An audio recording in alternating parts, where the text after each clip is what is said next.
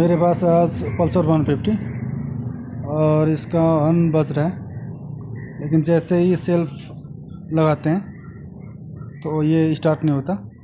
इसमें स्टार्टिंग का प्रॉब्लम है और साथ ही साथ इसमें स्पार्क नहीं कर रहा, मतलब कि करंट का प्रॉब्लम है। तो चलिए देखते हैं करंट कहाँ पे मिसिंग हो रहा है। तो शुरुआत यहीं से करेंगे। पहले यहाँ पे चेक करेंगे यहाँ पे स्पार्क कर रहा है कि नहीं। ये जो सारे तार हैं ये आती है मैग्नेट कॉइल से। तो यहाँ पे दो तारे हैं, ब्लू पे वाइट और दूसरा भी ब्लू पे वाइट। तो दोनों को एक साथ कनेक्ट करके देखेंगे और साथ ही साथ सेल्फ भी लगा के देखेंगे ये स्पार्क कर रहा है कि नहीं यहाँ पे।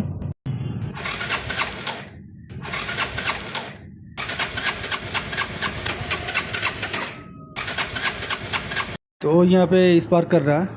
मैंने एक ब्लू पे वाइट तार को दूसरे ब्लू पे वाइट तार से कनेक्ट करने पे ये स्पार्क कर रहा है। तो यहाँ तक करंट आ रही है।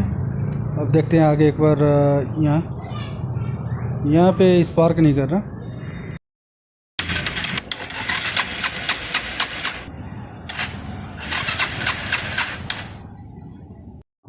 इसका मैग्नेट कॉइल ठीक है, लेकिन यहाँ पे स्पार्क नहीं कर रहा। तो देखते हैं आगे। CDI, ये CDI और यहाँ पे जो ये वाइट पे पिंक कलर दिख रहा है, इस वायर को हम चेक करेंगे। इसमें किल स्विच ऑन करने पे 12 वोल्ट का करंट आता है बैटरी से।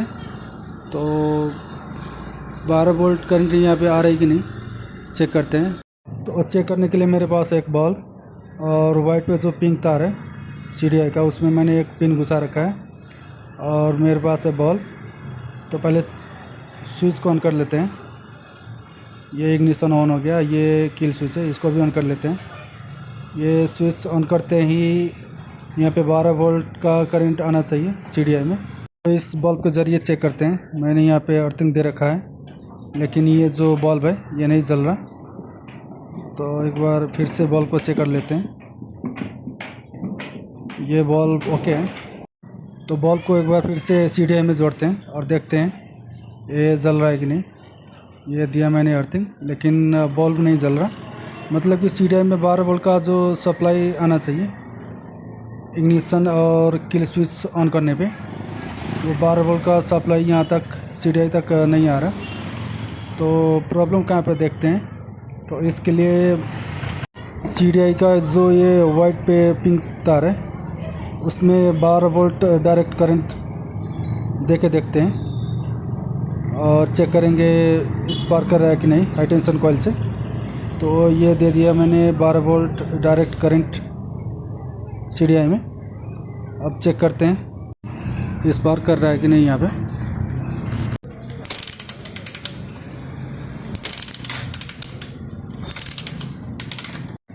तो आपने देख ही लिया होगा यहाँ पे स्पार्क कर रहा है, मतलब करंट का जो प्रॉब्लम था वो सॉल्व हो गया। लेकिन इतना करने से ही कुछ नहीं होगा। इसके लिए हमें इस किल स्विच को चेंज करना होगा, रिप्लेस करना होगा। इसमें प्रॉब्लम इस किल स्विच का है, ये काम नहीं कर रहा है। इसके चलते स्पार्क नहीं कर रहा था। मतलब कि CDI तक इसी का काम होता है 12 वोल्ट करंट सप्लाई करने का, लेकिन ये काम नहीं कर रहा। तो इसके लिए इस किल स्विच को रिप्लेस करना होगा।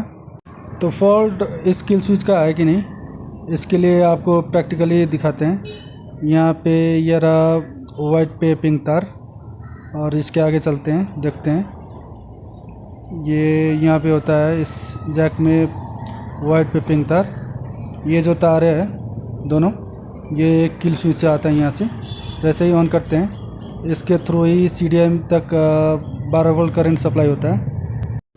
तो इस दोनों तार को जोड़ के देखते हैं। इसके लिए हमें चाहिए छोटा सा वायर और इस वायर को मैंने डाल दिया दोनों तारों के बीच में और इसमें डालते हैं इसका जैक।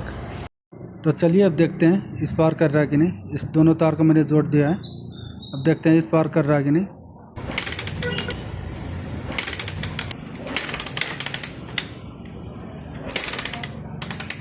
तो इस किल स्विच के कारण ही करंट का प्रॉब्लम आ रहा था और CDI तक 12 वोल्ट का जो करंट होता है वो सप्लाई नहीं हो रहा था।